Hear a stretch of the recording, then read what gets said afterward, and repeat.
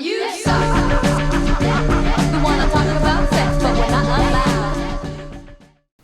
No, I don't think I have received adequate sexual education in high school. I don't feel like I've received adequate sexual education in school. I do not think that we've received adequate sexual education in school. Mainly because I'm a junior and I'm just now starting my second semester health class. I don't think that sexual education in schools is taught in the right way, and I think that they leave out a lot of different information. I think it's really just specific to like STDs and contraception, and they don't give a ton of information on anything else. It's a flawed system, you know. I think it's irrational to look at like teen pregnancies and the rate of STG exchange and say like, oh, it's the kid's fault, when really it's a much deeper issue. Guided document that we follow that goes anywhere from HIV risk to sexual health risk in terms of protection, as well as family planning. So we cover everything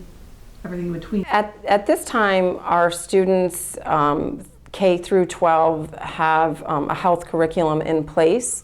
I think that, you know, working in an elementary school, I know certainly for the older ages, like the fifth graders, you know, reproductive health is starting to be discussed, and definitely, you know, that goes up into the middle school and the high school. And I think part of the problem is that in at least New York State, you're only required to take one half-year health course. So I don't think that curriculums for things like sexual education are quite as thorough as they should be.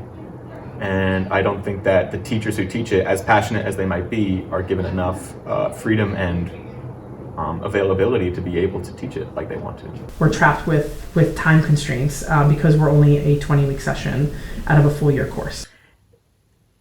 New York State guidelines for excellent comprehensive sex education, which is really what this school district has, advocates for having, as part of that, making sure that a student is able to identify and avail themselves of community organizations that can provide support or healthcare. For any resources given to me like by the school, I think all of them I had to come across on my own, and I don't think that they made anything easy to access. Like it was like I had to go looking for it on my own. Other than Planned Parenthood, I don't really know a lot of other resources. I know they do a lot for the community, but I feel like there has to be more than just one resource available. I think that people tell us that we have enough resources and that we have access to them, but they don't make us feel comfortable enough to use those resources. You know, like we kind of end up having to like learn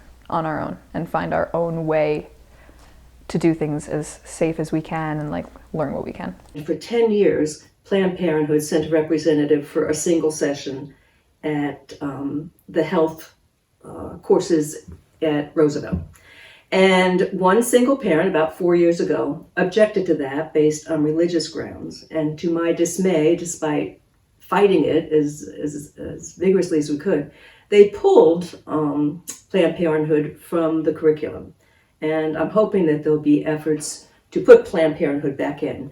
It's really unfortunate because although the health teachers are certainly not just competent, but very skilled at presenting the curriculum they need for comprehensive sex education, I feel students need to know that there's a resource out there, especially if they're low income, especially LGBTQ plus youth are often denied an identity affirming place for themselves or a space for themselves. Many youth in that category don't find that at home, probably as many as 2/3 don't.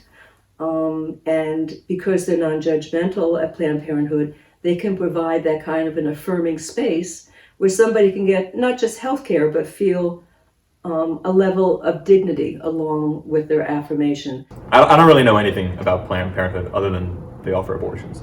I'm sure if I walked in there, they would be able to offer me some sort of STD testing, or I'm sure they offer other forms of birth control like the pill or external condoms.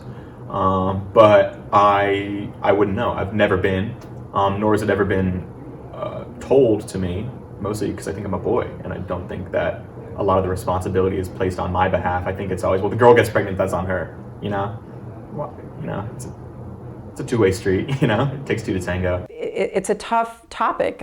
Sex is a tough topic to talk about. I'm struggling here in this interview. But it happens, and I think the more education that we have, the better choices we will make. And I would like to have Planned Parenthood come back into our schools so these kids can talk to somebody. Denying our young people information about a valuable medical resource is the wrong role for the district. Introducing them to community resources empowers them, and I'm sure you want no less for the precious young men and women in our town.